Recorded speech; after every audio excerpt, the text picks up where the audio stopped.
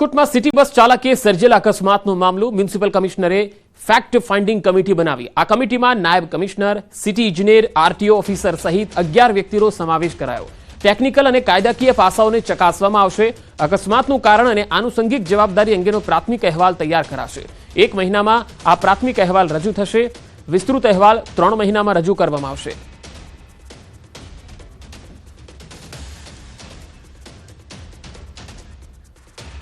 વડોદરામાં વાઘોડિયામાં મોડી રાત્રે 2 વ્હીલર ચાલકો પર શ્વાનોએ હુમલો કરી દીધો।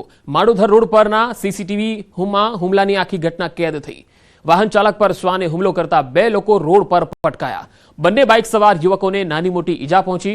રોડ પર જતા આવતા વાહન ચાલકો પર શ્વાન હુમલાઓ કરી રહ્યા છે। અન્ય બાઇક સવારે ઘાયલોને શ્વાનના હુમલાથી બચાવ્યા। વાહન પાછળ દોડતા શ્વાનોનો હુમલો ખૂબ જ વધી રહ્યો છે। જે રીતે અહીંથી વાહન ચાલકો પસાર થાય છે ત્યારે શ્વાન અચાનક ભસવા લાગે છે અને ત્રાસ આપતા હોય છે, હુમલાઓ કરતા હોય છે, કરડી ખાતા હોય છે।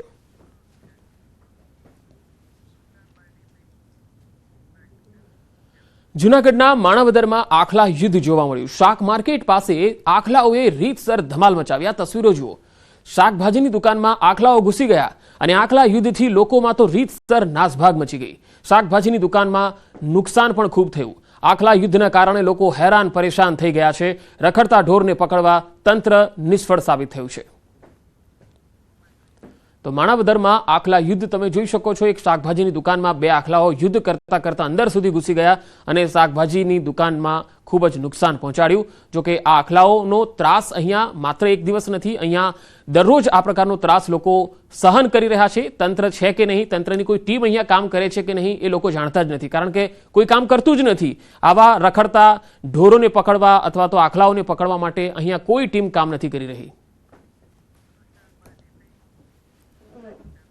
વડોદરાના પાદરાના ચોકારી ગામે વૃદ્ધની કરપીણ હત્યા થઈ ગઈ। હત્યા કર્યા બાદ હત્યારાઓ માથું લઈને ફરાર થયા। 75 વર્ષીય કુબીરભાઈ ગોહિલનું ઘરમાંથી માત્ર ધડ મળી આવ્યું। માથું શોધવા ગ્રામજનો અને પોલીસ ખેતરો ખૂંદી વળ્યા। કયા કારણોસર અને કોને હત્યા કરી એ અંગે હજુ તપાસ ચાલે છે। જિલ્લા પોલીસની અલગ અલગ ટીમો હત્યાનો ભેદ ઉકેલવા કામે લાગી છે।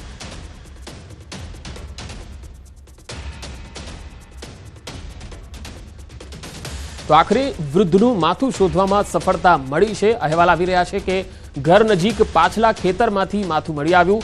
કયા કારણોસર અને કોને હત્યા કરી તે અંગે તપાસ ચાલી રહી છે। જિલ્લા પોલીસની અલગ અલગ ટીમો હત્યાનો ભેદ ઉકેલવા કામે લાગી છે।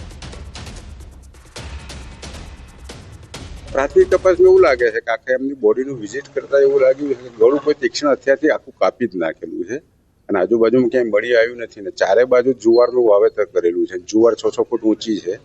રાત્રિના સમયે અંદર અત્યારે શોધખોળ એલસીબી કરી રહી છે। ડોગ સ્કોડની મદદથી આગળનો નિકાલ થઈ જશે। સુરતના કામરેજમાં આર્થિક સંકળામણના કારણે પરિવારે સામૂહિક આપઘાત કર્યો। ગળતેશ્વર મહાદેવ મંદિર પાસે નદીમાંથી માતા પિતા અને પુત્રનો મૃતદેહ મળી આવ્યો। પોલીસે સમગ્ર મામલે તપાસ કરતા જાણવા મળ્યું કે મૂળ સૌરાષ્ટ્રનો પરિવાર અને હાલ સુરતના ચોક બજારમાં રહેતો હતો। શેર બજારમાં નુકસાન અને અન્ય આર્થિક સંકળામણના કારણે પરિવારે જીવન ટૂંકાવી લીધું। મરણ જનાર વિપુલભાઈ રવજીભાઈ દેવગણિયા નાઓએ જે તે સમયે શેર બજારમાં રોકાણ કરેલ, જેમાં તેમને નુકસાન થતાં તેઓએ પોતાને 8 થી 10 લાખ રૂપિયાની પર્સનલ લોન લીધેલ, જે બાબતે સતત તે માનસિક તણાવમાં રહેતા હોવાનું જાણવા મળેલ છે। તથા સદર મરણ જનાર વિપુલભાઈની પત્ની સરિતાબેન નાઓની માનસિક બીમારી હોવા બાબતે પણ પ્રાથમિક વિગતો જાણવા મળેલ છે।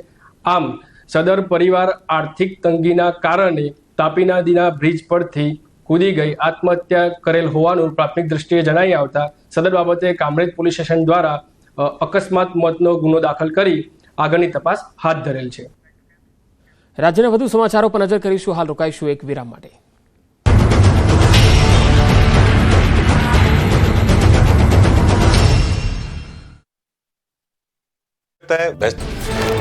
ચોમાસાને લઈને ભારતીય હવામાન વિભાગે જાહેર કર્યું અનુમાન। આ વર્ષે સરેરાશ કરતા 105% જેટલો પડી શકે છે વરસાદ।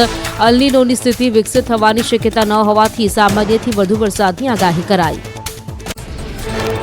ગુજરાતમાં પણ સામાન્યથી વધુ વરસાદ થવાની સંભાવના। તમિલનાડુમાં સામાન્યથી ઓછો રહેશે વરસાદ। લદ્દાખ પૂર્વોત્તરમાં સામાન્યથી ઓછો રહેશે વરસાદ। એપ્રિલથી જૂનના દિવસો ખૂબ ગરમ રહેવાનું વ્યક્ત કર્યું અનુમાન। વાવણી લાયક વરસાદની સંભવિત તારીખ જાહેર. હવામાન નિષ્ણાંત પરેશ ગોસ્વામીનું અનુમાન ગુજરાતમાં ચોમાસું થોડું મોડું પહોંચશે. 22 થી 28 જૂન સુધીમાં ચોમાસું બેસશે. જૂનના અંત કે જુલાઈની શરૂઆતમાં થઈ શકે વાવણી. સૌરાષ્ટ્ર દક્ષિણ ગુજરાતમાં 28 જૂન સુધીમાં પહોંચશે ચોમાસું. મધ્ય ગુજરાત કચ્છના કેટલાક ભાગોમાં પણ 28 જૂન સુધી ચોમાસાની શક્યતા. ઉત્તર ગુજરાત અને બાકીના ભાગોમાં 29 જૂનથી 7 જુલાઈ સુધીમાં ચોમાસું બેસશે. 2 રાઉન્ડમાં ચોમાસું પહોંચે તેવી સંભાવના. ગરમીને લઈને હવામાન વિભાગની મોટી આગાહી. આગામી 7 દિવસ તાપમાન શુષ્ક રહેશે. 18 થી 20 તારીખ દરમિયાન તાપમાનમાં 2 થી 3 ડિગ્રીનો ઘટાડો નોંધાશે. જો કે 21 તારીખથી ફરી તાપમાનમાં થશે વધારો. અમદાવાદમાં બપોરે 12 વાગ્યા સુધીમાં શિક્ષણ કાર્ય પૂર્ણ કરવાની સૂચના. ગરમી વધતા વાલીઓની રજૂઆતના પગલે શહેર ડીઓના આદેશ. કેજી અને પ્રાથમિકના નાના બાળકો માટે સૂચના. શક્તિપીઠ અંબાજીમાં કાળઝાળ ગરમીના કારણે યાત્રાળુઓની સંખ્યા ઘટી. મંદિર પરિસર અને બજારો સુમસામ જોવા મળ્યા તો ગરમીથી રાહત મેળવવા લોકો શેરડીના રસ સહિત ઠંડા પીણાનું લઈ રહ્યા છે સહારો. પોરબંદર માર્કેટિંગ યાર્ડમાં કેસર કેરીની આવક. યાર્ડમાં કેરીના 1100 બોક્સની આવક થઈ. સુદામા ફ્રૂટ કંપનીમાં 750 બોક્સની આવક. હરાજીમાં 900 થી લઈને 1625 સુધી બોલાયા કેરીના બોક્સના ભાવ.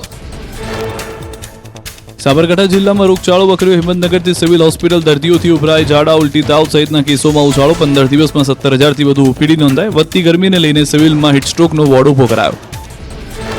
રાજકોટમાં સિટી બસે સર્જેલા અકસ્માતમાં મૃતકોના પરિવારને 50 લાખ રૂપિયા સહાય ચૂકવવાની માંગ. વળતરની રકમ કંપની તેમજ એજન્સી પાસેથી વસૂલવા અને ફોજદારી ગુનો દાખલ કરવા કરી માંગ.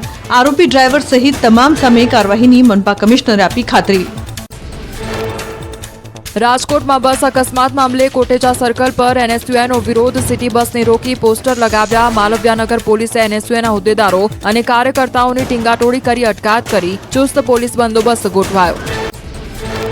સુરતમાં સિટી બસમાં નિયમોનો ઉલાળ્યો. કેટલાક ડ્રાઈવર પાસે લાયસન્સ ન હોવાનું સામે આવ્યું. ન્યૂઝ 18 ગુજરાતીના રિયાલિટી ચેકમાં બસ ડ્રાઈવરો નિયમો ન પાળતા હોવાનું ખુલ્યું. સુરતના કતારગામમાં એચવીકે ડાયમંડના રત્નકલાકારોની હડતાળ યથાવત. રત્નકલાકારોએ ભાવ વધારાની માંગ સાથે કામથી અડગા રહી.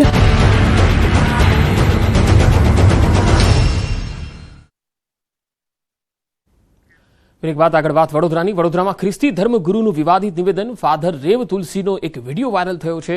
ખ્રિસ્તી સમુદાયની ચોક્કસ જાતિ માટે બોલ્યા અપમાનજનક શબ્દો. જાતિ વિષયક સંબોધન કરતા નારાજગી ફેલાઈ. ગુડ ફ્રાઇડે અગાઉ ખજૂરી પરિવારે પ્રવચન કર્યું હતું. ન્યૂઝ 18 ગુજરાતી વાયરલ વિડીયોની પુષ્ટિ નથી કરતું. શેરોન મેથોડિસ્ટ ચર્ચના ધર્મગુરુ છે ફાધર રેવ તુલસી.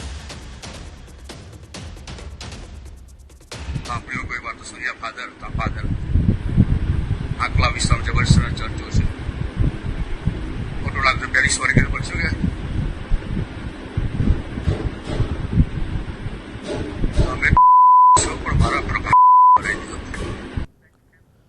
ગોંડલ માર્કેટિંગ યાર્ડમાં ચણાની ઐતિહાસિક રેકોર્ડ બ્રેક આવક થઈ. યાર્ડમાં અત્યાર સુધીનો ઐતિહાસિક 1.75 લાખ કટ્ટા ચણાની આવક થવા પામી હતી. સૌરાષ્ટ્રભરમાંથી ખેડૂતો વાહન લઈને પહોંચ્યા. ખેડૂતોને લાઇનમાં ઊભા ના રહેવું પડે તે હેતુથી ટોકન આપવામાં આવ્યા હતા.